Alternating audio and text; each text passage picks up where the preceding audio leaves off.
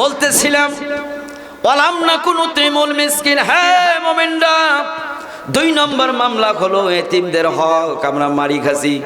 ইতিমদের খাওয়াই নাই, ইতিমদেরকে খাওয়ানোর জন্য উৎসাহ দেই নাই। ইতিমদের জন্য হক আসে ভুড়ি তাজা করি আমরা, এরকম আছে না নাই? মিসকিনদের জন্য হক আসে ভুড়ি তাজা করি আমরা। এই যে বিধবা মানুষের জন্য ভাতা আসে, এই বিধবা ভাতা পাওয়ার আগে 5,000 টাকা যাদের পেটে ঢুকছে এরা এই আসামি। কথা বলেন না কেন? গর্ভবতী ভাতা আসলো, গর্ভবতী মহিলা 10 মাস বাচ্চা উবাইলো, আর একজন বাচ্চা নাই, উবি 5,000 টাকা খাইলো। এরকম আছে রে নাই? বদের হাড্ডি। হ্যাঁ, বিধুয়ার ভাতা আসলো, এই বিধুয়ার ভাতা পেটের মধ্যে 5,000 7,000 করে ঢুকাইলো। ঠিক না ঠিক? 30 কেজি চাউল কার জন্য? এতিম মিসকিনদের জন্য 30 কেজির বাজার আসছে না আসে নাই? 7,000 টাকায় বিক্রি হচ্ছে 30 কেজির কাঠ। কথা বলেন ঠিক নেবে ঠিক? এই বদের হাড্ডি গুলা কিয়ামতের ময়দানে বলবে ওয়ালাম নাকুনু তুতিমুল মিসকিন। ভাই মিসকিনদের খাওয়া তো দূরের কথা, ওদের হক আরো আমরাই মারি খাসি। এদিক অবশ্য সুন্দরগঞ্জে দেখলে নেই, দেখলে সব আমাদের দিকে। আল্লাহ কত বড় জালেম, এই মামলাটা কও ভাই মুখ দেওয়ার দরকার আছিল। নাউজুবিল্লাহ।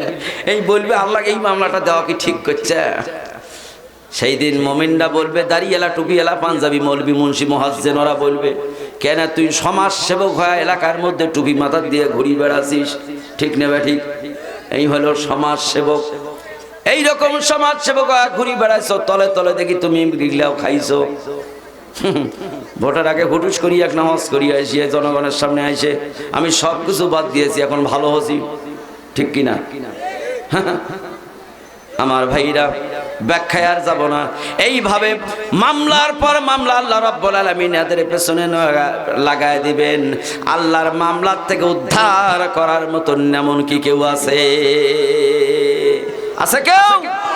আমার ভাইরা, তাহলে যে সমাজে কোরআন নাই, ইসলাম নাই, ন্যায় নাই, সেই সমাজের মধ্যে যত অপরাধী হোক না কেন তারা হয় দেশ দরদি। ঠিক না বেঠিক? আর যারা জাতির কল্যাণের জন্য, হক আদায়ের জন্য, ন্যায় প্রতিষ্ঠার জন্য যারা কাজ করে, তারা রাষ্ট্রদ্রোহীর মামলা দিয়ে তাদেরকে অন্ধকার কুঠুরির মধ্যে রাখা হয়েছে। ঠিক না বেঠিক?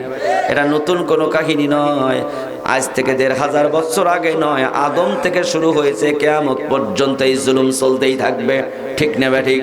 কিন্তু এই জুলুমের অবসান ঘটিয়ে কালিমার পতাকা আকাশে উড়ানোর জন্য আল্লাহ রাব্বুল আলামিন প্রতিটি ঈমানদারদেরকে আল্লাহ এই দায়িত্ব দিয়েছে।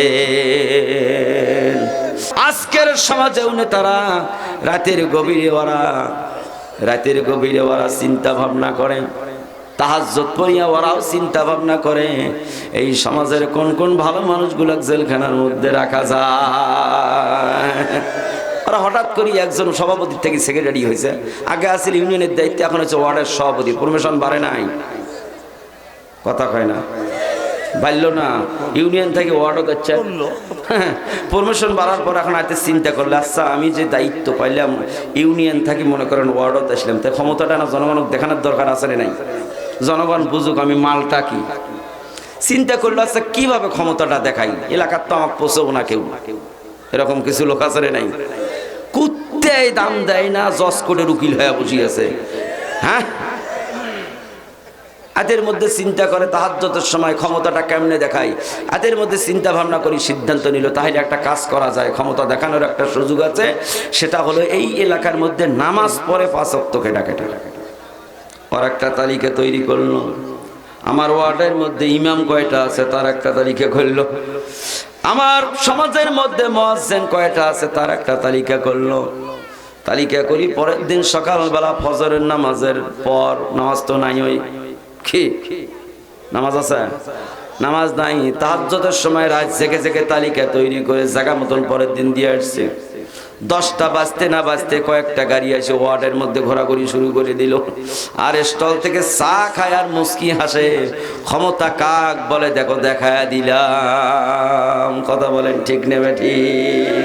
এরকম পথের হাড্ডি অবশ্য সুন্দরগঞ্জ নাই। হ্যাঁ, আমরা মসজিদের সামনের কাতার শুক্রবারে যা বসি থাকে, কি হ্যাঁ এমরাই হইল মসজিদের সভাপতি কি কন এমরাই সভাপতি ইমাম সাহেব ডাইরেক্ট যা বলে হুজুর হিসাব করি কথা কান ক্ষমতাত কিন্তু আমরা আছি এরকম বদের হাড্ডি বলে কিনা ক্ষমতাত কে আছে ক্ষমতা কে আছে আমার আল্লাহ